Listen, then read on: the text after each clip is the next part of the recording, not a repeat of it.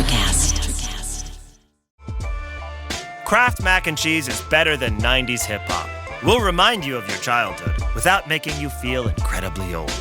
Kraft Mac and Cheese. Best thing ever. This episode is brought to you by Stouffer's. Here comes three-time juggling champion Natalia Rogers. She's juggling law school, her TA job. Oh, narrowly catches the laundry. What's that fourth ball? Parents unexpectedly showed up at dinner time?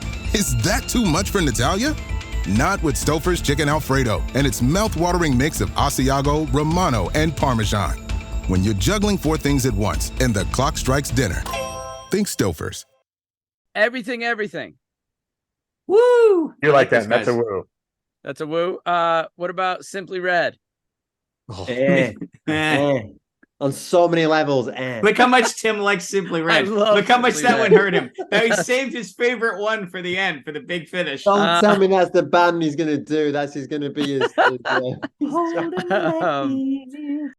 50 years of music with 50-year-old white guys.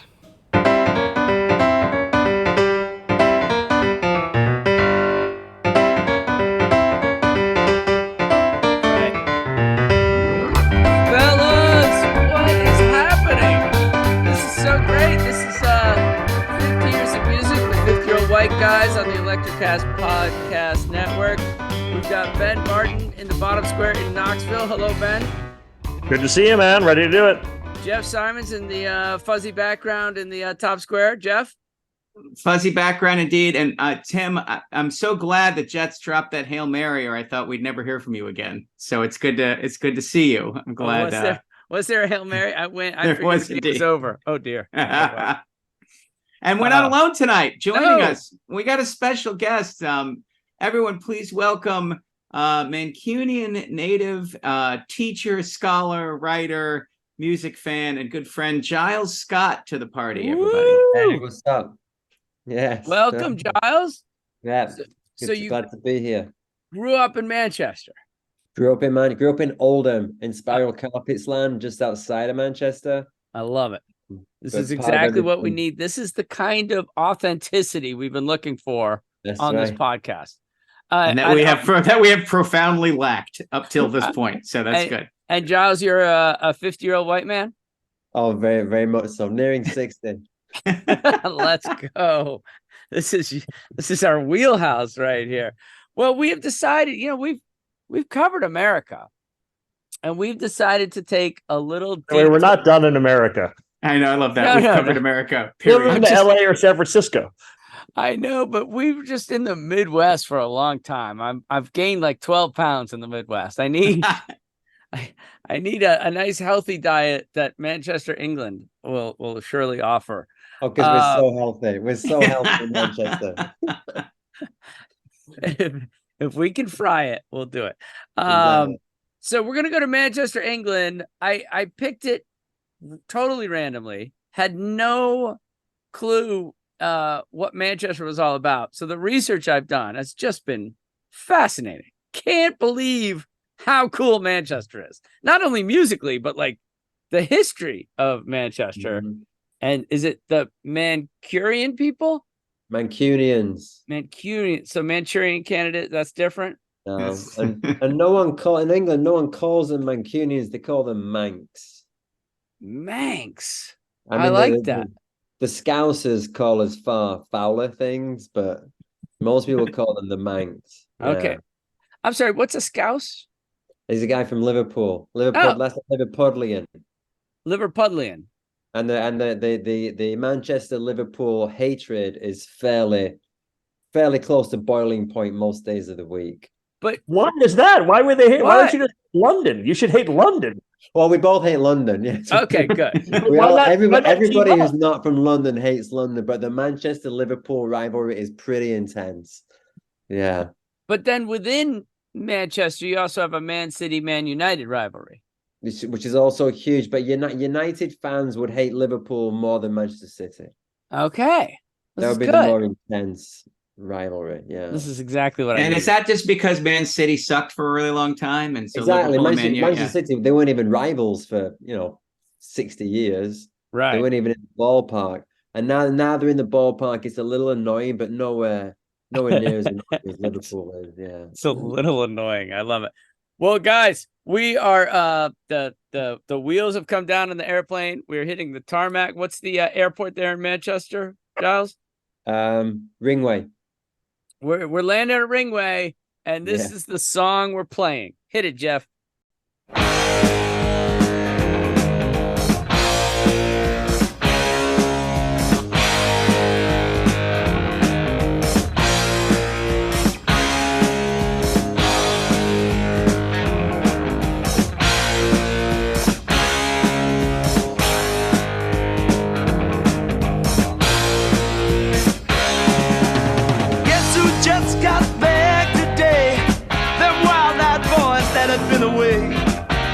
Haven't changed, had much to say, but man, I still think them cats are crazy. They were asking if you were around, how you was, where you could be found. I told them you were living downtown, driving all the old men crazy. The boys are back in town, boys are back in town. Well, what a great song to land in Manchester. Now, Thin Lizzy is not from Manchester. Yeah, I was about to ask. I was like, what's the connection? You're gonna love this connection. So, Jaws, you don't know the connection? Well, I mean, as far as I know, they're from Ireland. Yeah, right. Dublin. So, Phil, What are you doing? you want me to talk? Yes, I'm sorry, Thank Tim. you. Please Jeff, host away, Mr. Host. I'm what's muting the name myself. of the lead singer of Thin Lizzy? Phil Lynott. He grew up part of the time in Manchester, where his mother ran a hotel, and it wasn't a fancy hotel, but he wrote that song about all these guys who would kind of come back on a regular basis to his mother's hotel. The boys are back in town. Thank you all very much. This has been great. That was much better than you just confusing Ireland and Manchester, which is what I was afraid was happening. That's great. That actually is good, Tim. Well done. Plus, it's us. We're back in town. After, Indeed. After our last podcast. Oh, by the way, the first edition of the Midwest podcast is far outpacing the second edition. So I'm a little worried people just listen to the first part and then don't stick around for what we have to say ourselves. That's funny. They're just I'm good. By the way, Timmy, a publication called The Mank, The People's Voice of Greater Manchester. Yes. Find the Manchester gangsters that inspired an iconic rock song. Apparently, spruce mobsters from the people who inspired Thin Lizzy. That is amazing. What's a spruce mobster? Just we're gonna have to count on our Mancunian for that, for sure. I have no idea. Always got to carry his weight. Now listen, way beyond my pay grade. We are going to ask you 400 random questions about Manchester. Speaking of which, all right, I've got 4 potential nicknames for Manchester. Giles, you can't play this one. 4 potential nicknames. Tell me which one is the real one. All right. Warehouse City, Cottonopolis, the original modern city, or the birthplace of the Industrial Revolution? This is a self-proclaimed nickname? Or like this is a semi-official nickname of the city? Or this is just this is just what's come to be? Go ahead and guess, Jeff. We don't need to clarify these rules. You're right. Which one do you want to go with? How about birthplace of the Industrial Revolution? Sure. I'll agree with you.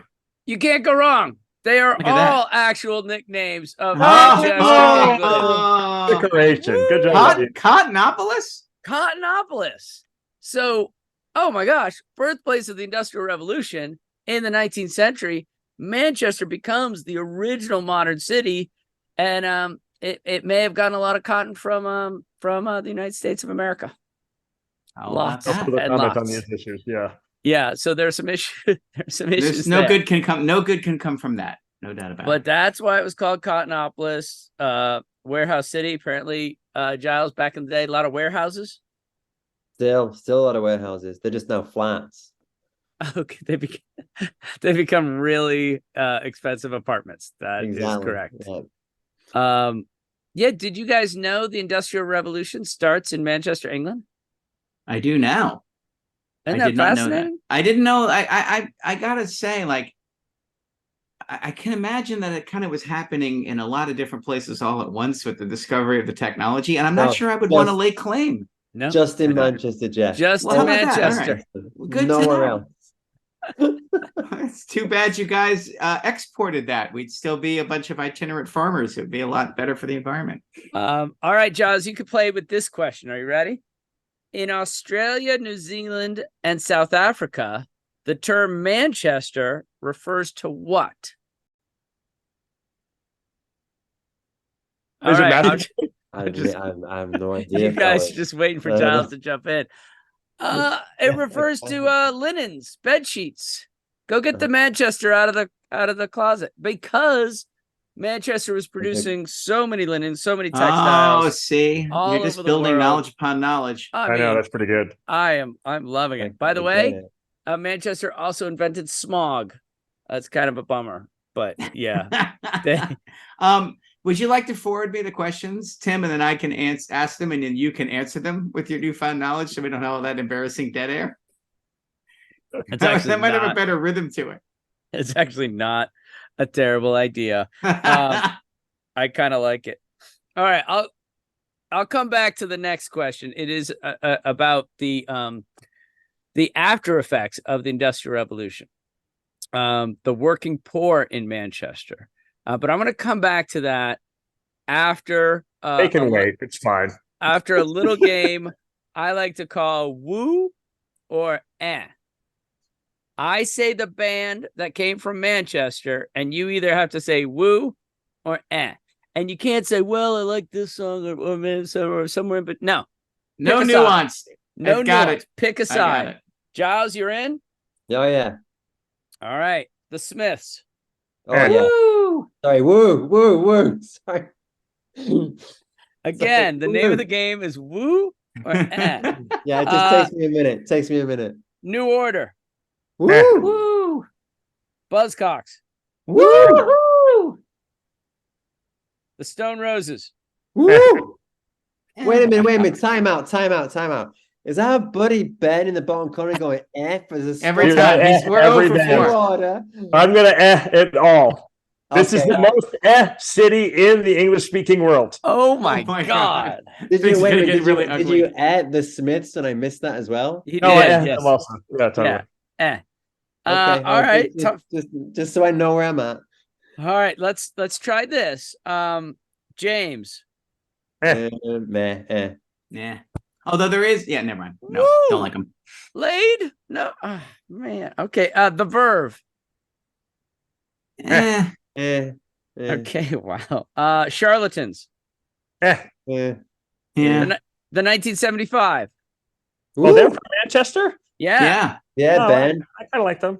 Oh, Okay. there we go. A semi-woo. All right. Everything. Woo! You like this, that? That's a guys. woo. That's a woo. What about Simply Red? On so many levels. Look how much Tim likes Simply Red. Look how much Simply that Red. one hurt him. Now he saved his favorite one for the end, for the big finish. Don't tell me that's the band he's gonna do. That's gonna be his You know, I was my first time ever being in England was the summer that song was ubiquitous. I just have this memory of going into like every place we went. Yeah. That song was playing in the background that summer. It was huge. Did you have a job that summer? Or No, was money too tight to mention? Oh, nicely done. Look at you. What about the outfield? Oh, I like the outfield. That Like first you're from outfield Manchester? record. Yeah. Huh. What That about first outfield record is sneaky great. what about the I Hollies? really like it. Oh, woo! Yeah, the Woo. Hollies are good. Herman's Hermits? That's a strong Let me make a note for later. And the Bee Gees. Woo! Woo! Sure, come on, Do they Ben. count them as from Manchester? Yeah, that's Manchester that's a does. bit of a sneaky one because only one of them was from Manchester, right? Isn't that correct for the Bee Gees? Is that He didn't Andy? know. They're from Yeah. freaking Australia. They're not from Manchester. Yeah, That's but what they, I was gonna say. No, they moved to England. when they were But teenagers. then they moved to New York too. I mean, if you total up the total amount of years they spent in different places, Manchester would be the least. I think I'm with Ben on this one. I don't know, man. Much as I hate to align myself with Ben in any way. And also the material that the Bee Gees put out in Manchester is strongly Like all the good Bee Gees material happened in New York. Jaws, you should know that our interns work very hard on their research.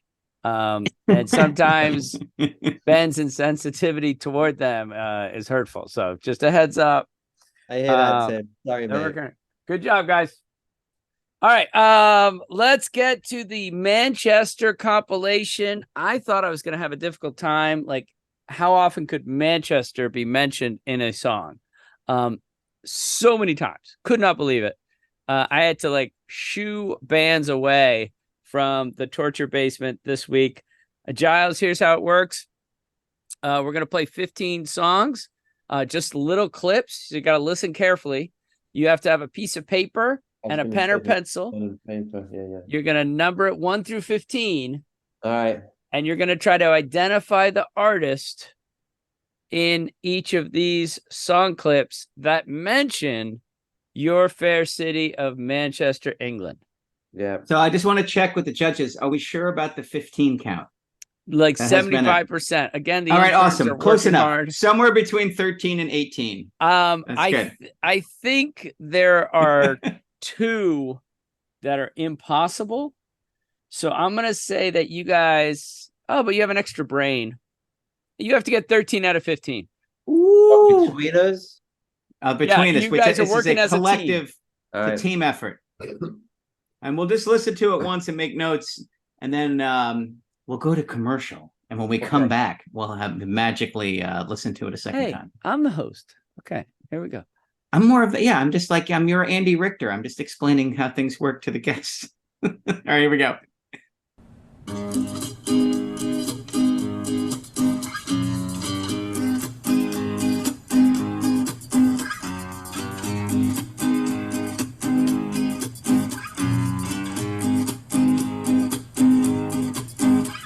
Once upon a time, not too long ago, we took a day out in Manchester. I'm going back to Manchester, England. I'm gonna learn me to sing. I'm a 50-year-old man. That's us.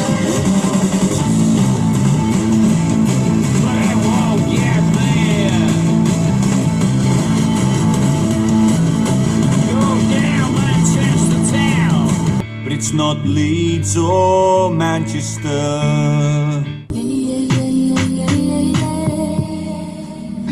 Went from my niggas serving it by the telly to venues in Manchester to swerving with Balotelli. The fuck are you trying to tell me? Now I got money falling out 50s, 100s, and 20s. And I know nothing is funny about the Manchester bombing. It's a dirty work in Manchester, but the crew gets paid to scale. The goes wrong in Manchester schools. Quick solutions was all I could find. I was earning but losing my time. Bought a Bella while sipping on wine with a beautiful Notting Hill mother of 5. Mental muscle, the strong will survive. That's why I drink white rum on the Manchester gym. Manchester, England looks a lot like me today. Manchester rose like a ghost with its rattle and chains as it mourns. I think I'll sing it for Atlanta, Georgia, alongside Manchester. Because I thought the only thing between us was something shallow, not a river so deep with seas. Dredge up the wreckage our parents left us and lay it on the banks to rot and fester. And now it's gone hanging like a Death Star in Gretna Green, Derby, Manchester. From the train in Manchester, England. I know a lot about her, 'cause you see, baby is an awful lot like me. Hit it. Don't cry out just keep it inside and learn how to hide your feelings. Let's go. Woo! Great. I love that last Coming one. in with the high heat at the end. No, she does not mention Manchester. But indeed. We're in trouble at 13 unless my friends are going to bail me out on some of these. I'm 13 out of 15. Well, we'll that's the hardest one yet, I think, Timmy. I had my internet freeze in the middle. That was why I came downstairs. I'm sitting next to the internet, so I didn't even hear half of it. Oh God! All right. Especially what I heard it doesn't seem like it would have helped much. No. Okay. Well, let's take our first commercial break here on 50 Years of Music with 50-Year-Old White Guys, the #1 music history podcast. Where? Qatar. India. Qatar. Where? Qatar. Yeah, Qatar. Yeah, they love us in the Arabian Peninsula. All right, we'll take a break now. It's the final chapter of the college football playoff. It comes down to this. Miami's unmatched grit and tenacity through the postseason has led them home. The national title now within reach. They are confident. They are battle-tested. Undefeated Indiana, led by Chris Signetti and Heisman winner Fernando Mendoza, have the chance to take home their first title and claim college football immortality. The most remarkable turnaround in the history of college football. The College Football Playoff National Championship presented by AT&T. Monday at 7:30 p.m. Eastern on ESPN and the ESPN app. Año nuevo, los mismos Extra Value Meals en McDonald's. Ahora te puedes llevar 2 snack wraps y papitas y una bebida mediana por solo $8. Solo por tiempo limitado. Precios y participación pueden variar. Los precios pueden ser más altos en Hawaii, Alaska y California y con entrega. Here it is, the torture basement. Boom. So this first one, Gomez. This is Whippin' Piccadilly from Bring It On. Love this guitar work. I love this album. It's a good album. You got the whole intro I like. Once upon a time, not too long ago, we took a day out in Manchester. You don't get this? I want to hear it one more time. I'm gonna learn me to sing. All right, I have a guess. I've never heard that song in my life, but that sounds like Frank Black, and I don't know if it's Pixies or Frank Black, but that major F sharp chord makes me think it's a Black Francis, Frank Black, Pixies universe something. It's Frank Black. That's what I'm talking about. That's really good. That's really good. I got the next one too, by the way. Oh, that's good. Hit it. I think I got this one too. I think this is The Fall. It is The Fall. I had no idea there was a song called 50-Year-Old Man. How have we not incorporated that into our podcast? Song kicks ass. I really like it. But it's not This is Billy Bragg. Billy Bragg, yeah. Pretty distinctive. And now I need some help, gang. Went from my niggas serving it by the telly to venues in Manchester. That's great. It is great. Ben Barton. Yes. Benny, that is what I'm talking about. And then we got another one I don't know. Here we go. That's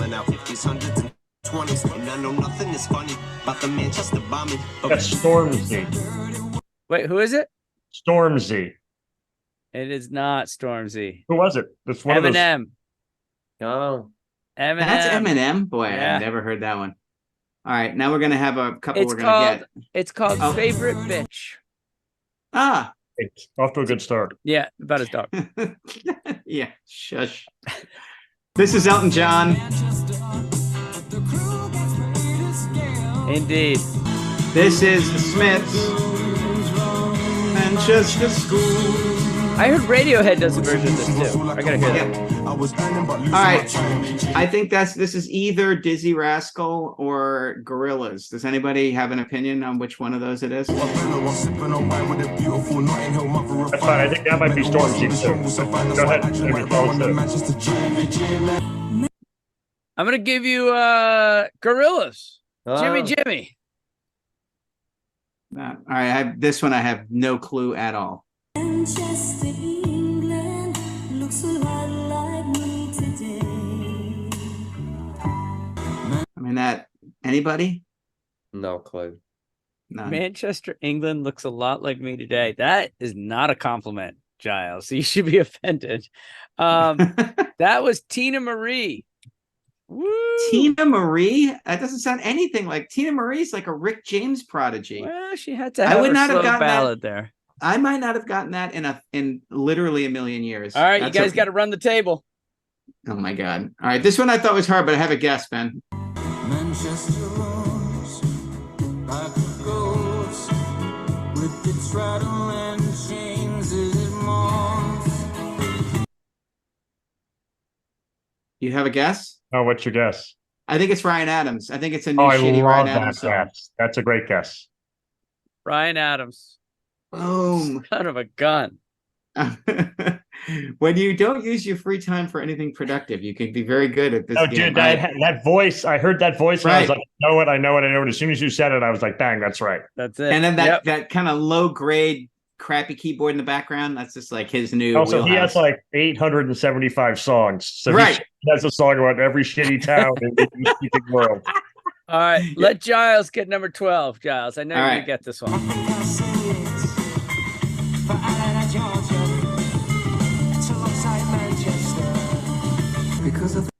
I don't know it. Ben, do you have it? No. Jeff, you It's got Stone Roses, I think. Stone Roses. Oh, was it really? Yeah. I think it's from the second record that no one knows. It's not from the good one. But I just recognized the way you said Manchester. And I was guessing that Timmy would throw Stone Roses at us. So, you're all right. right. This one I have no idea. None. Something shallow, no river so deep with seas. Dredge up the wreckage our parents left us. And lay it on the bench to rot and fester. And now it's gone hanging like a death star. And Great McLean, Derby, Manchester. I give you a lot, too.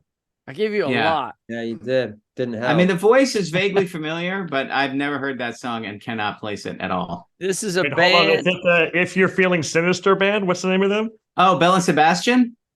That's not a bad guess. It is. That's a great guess. It is not Belle and Sebastian. This band was introduced to me by young Jeff Simons when we were studying in England. It is Travis.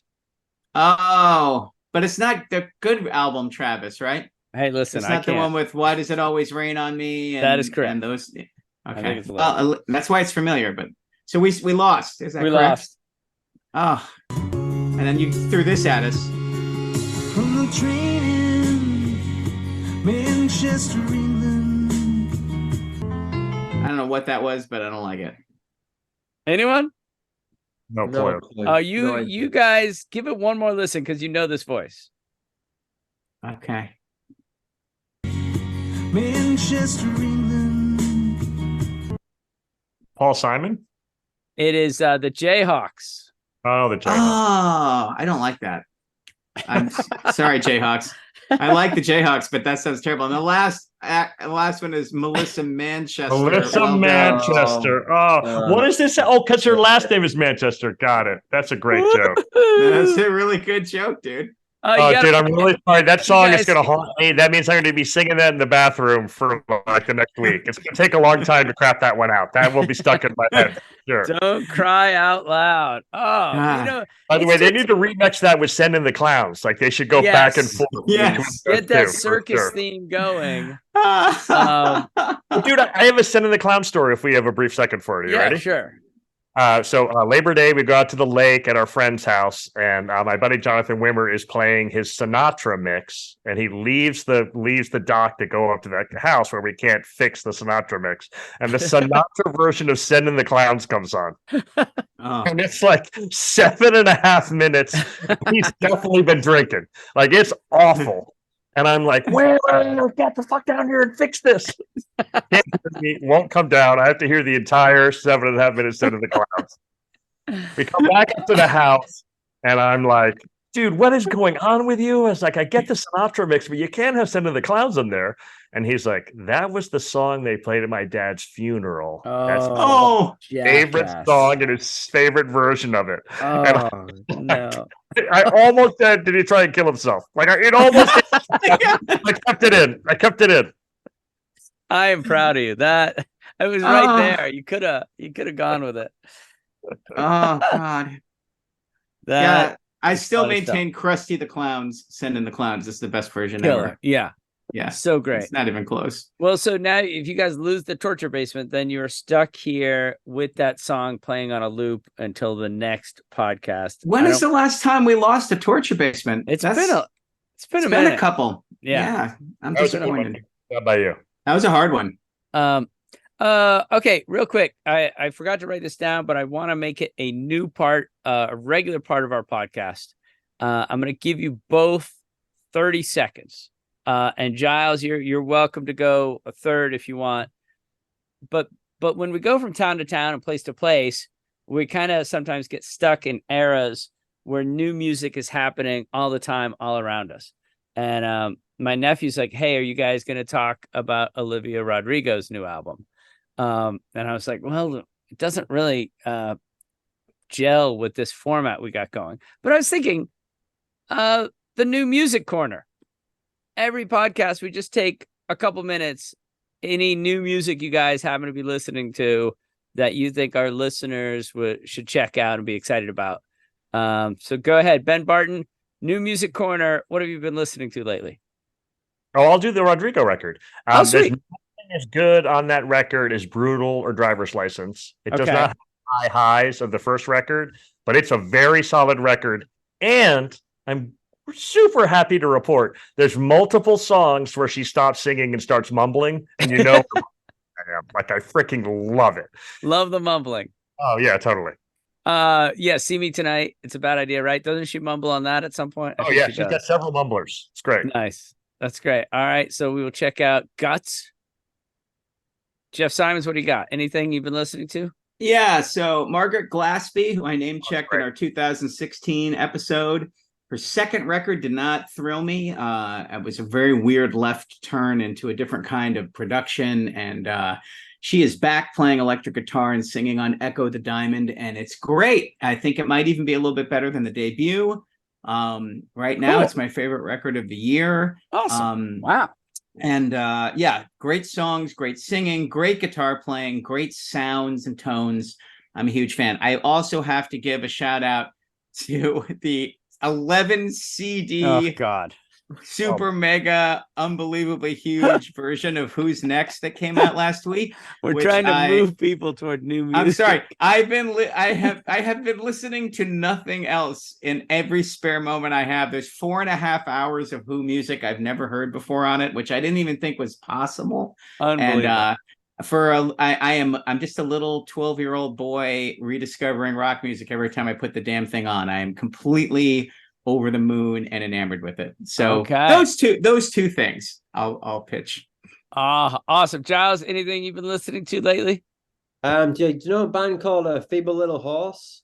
No. Feeble Little Horse. They're good. It's like indie intellectual pop. I think Girl with Fish is the new album. I've been listening to that quite a lot. It's like I said, it's lo-fi, art house kind of stuff, but it's cool. Fun. Got a little edge to it. Yeah. Feeble Little Horse. Yeah. Great name.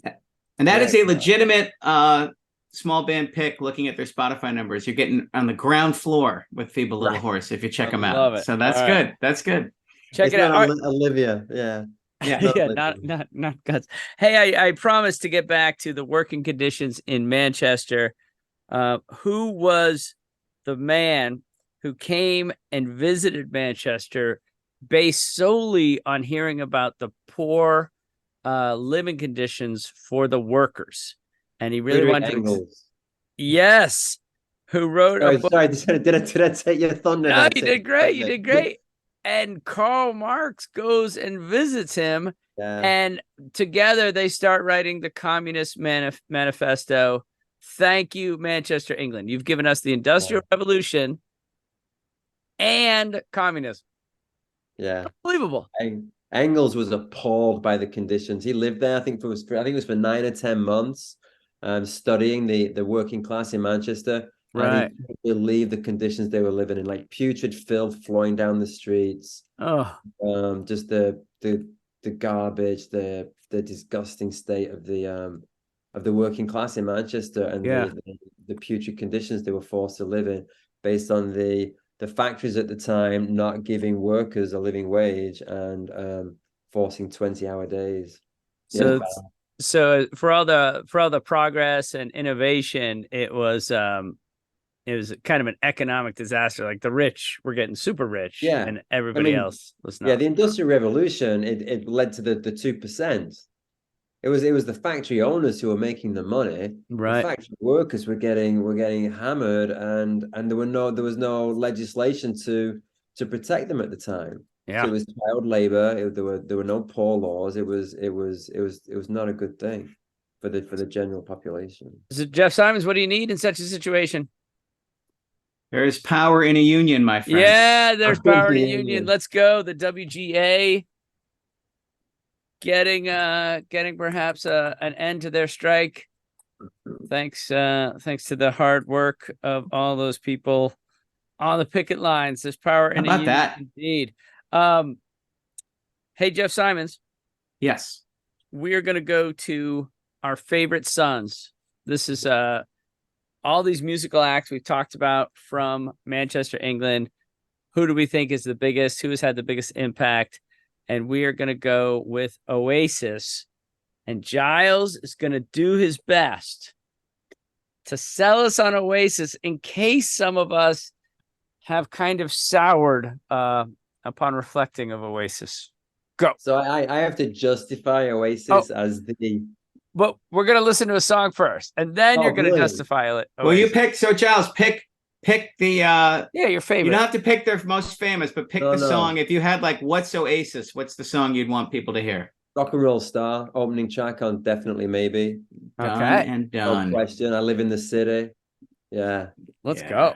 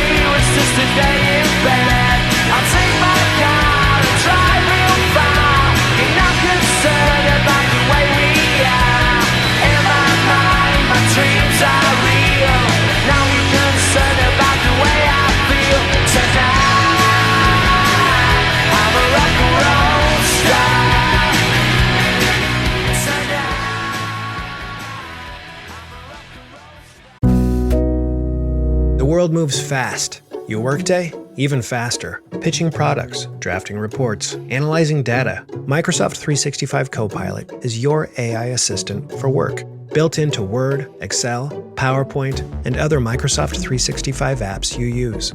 Helping you quickly write, analyze, create, and summarize. So you can cut through clutter and clear a path to your best work. Learn more at Microsoft.com/M365 Copilot. I had that dream again. My small business needs to hire, but I don't use LinkedIn and I hire wrong. So our orders get all backed up. We're drowning in paperwork, then actually drowning. Carol is fighting off sharks with a stapler and pirates are pillaging the office copier and... Then I wake up. Don't let hiring nightmares ruin your dreams. LinkedIn Jobs' new AI assistant goes beyond the resume, using unique insights to deliver a smarter shortlist. Post your job for free at linkedin.com/quality. Start hiring today with LinkedIn. All right, that's a good choice because I was compelled during that song. Giles, go ahead. Sell us on Oasis. Oh, awkward. You were muted.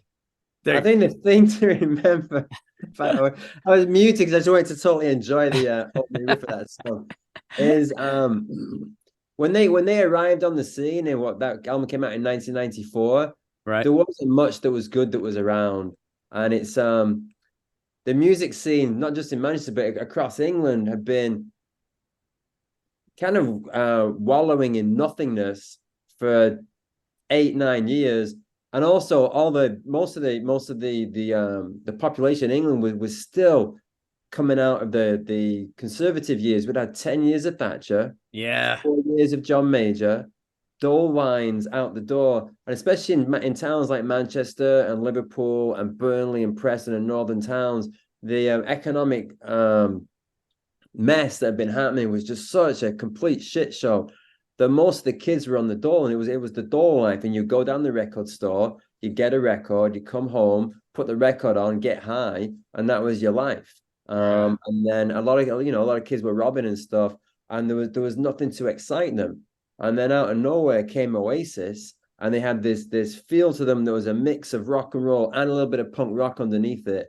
There was this sense of a little bit, not anti-establishment, but this sense of anger that was coming out through the music, and that wall of sound that the producer at the time, what was he called? Owen, the Welsh guy, I can't remember his last name, who produced the record.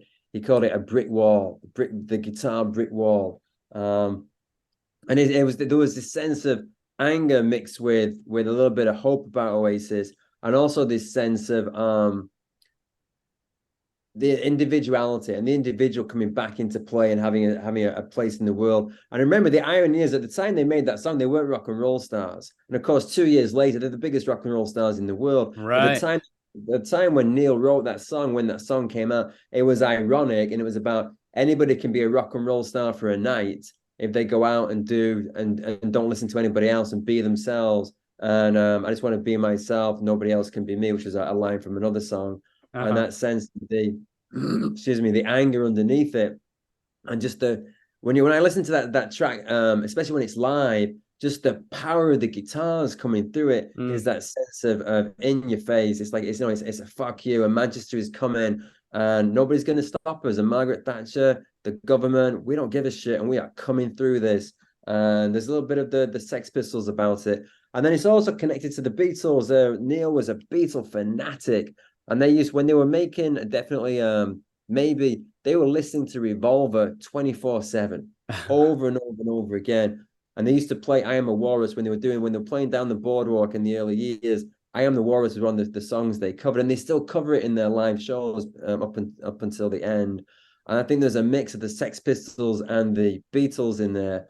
And Liam always said he thinks the two greatest singers of all time are John Lennon and John Lydon. And so he has that the two jobs. And he says, if anybody ever connects me to either of those two singers, then I'll be very happy. So how old are you when this comes out?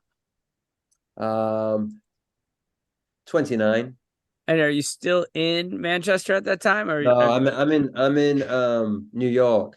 Oh, okay. And I'm loving this album because it's connecting me back to my to my roots, back to my people, back to my people. Yeah, that's really cool. Really totally cool. digging it.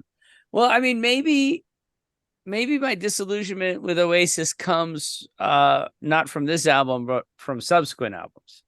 Well, I mean, What's the Story? Morning Glory is good, but not as good. Okay.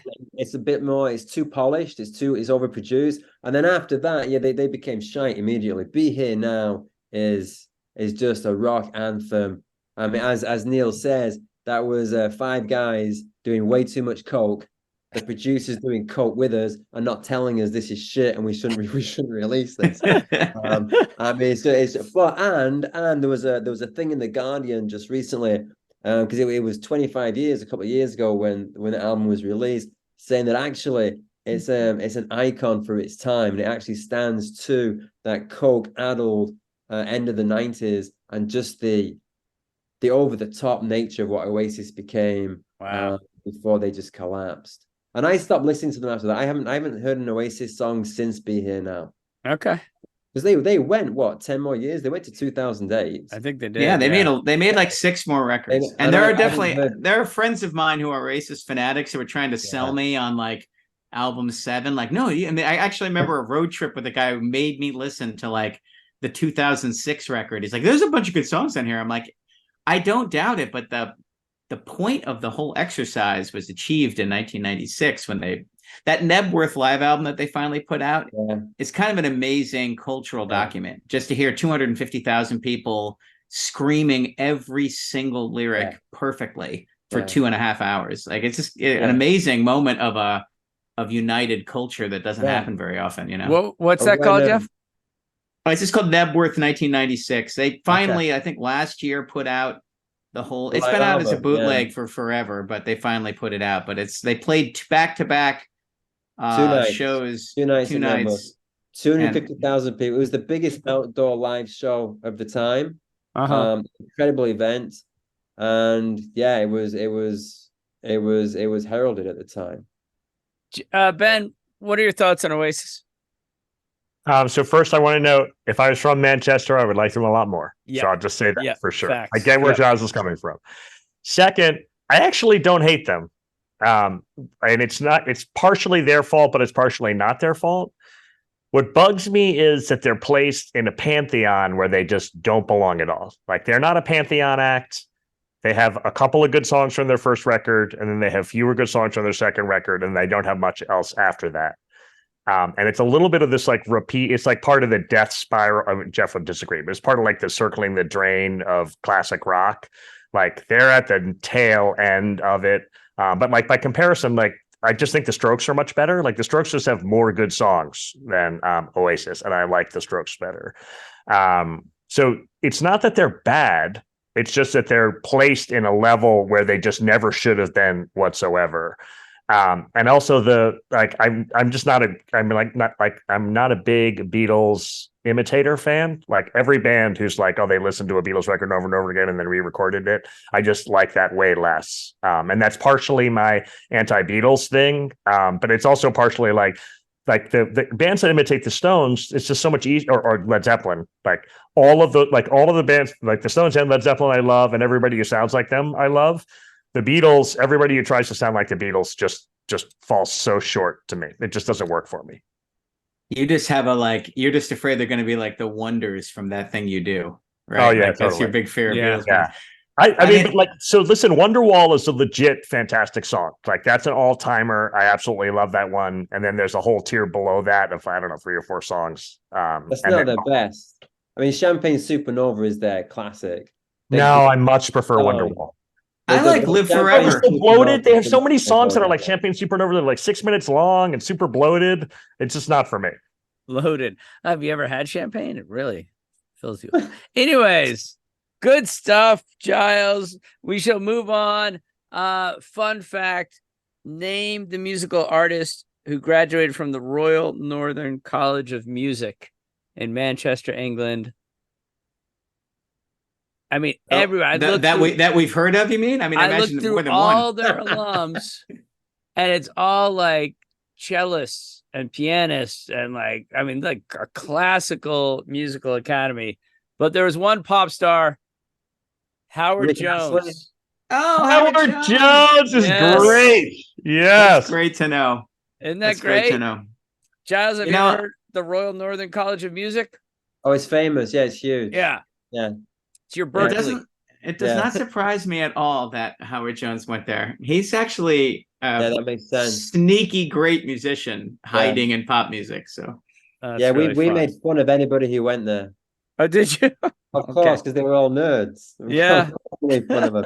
I mean, it was so easy, right? It's not exactly a moving target. That's a good point. I do have to say, the one thing about Oasis, I'll just say, because I was in England in the summer of 95 and 96 when they were just, there was a 45, a single of Noel and Liam arguing backstage that charted. It was called Wibbling Rivalry, and it was just the two of them cursing each other out for 8 minutes on side A and 8 minutes on side B. And it was put out on a 45. Single? But they put it out as a single as a 45, and it went top 10. That's how big hilarious. Oasis was in that summer.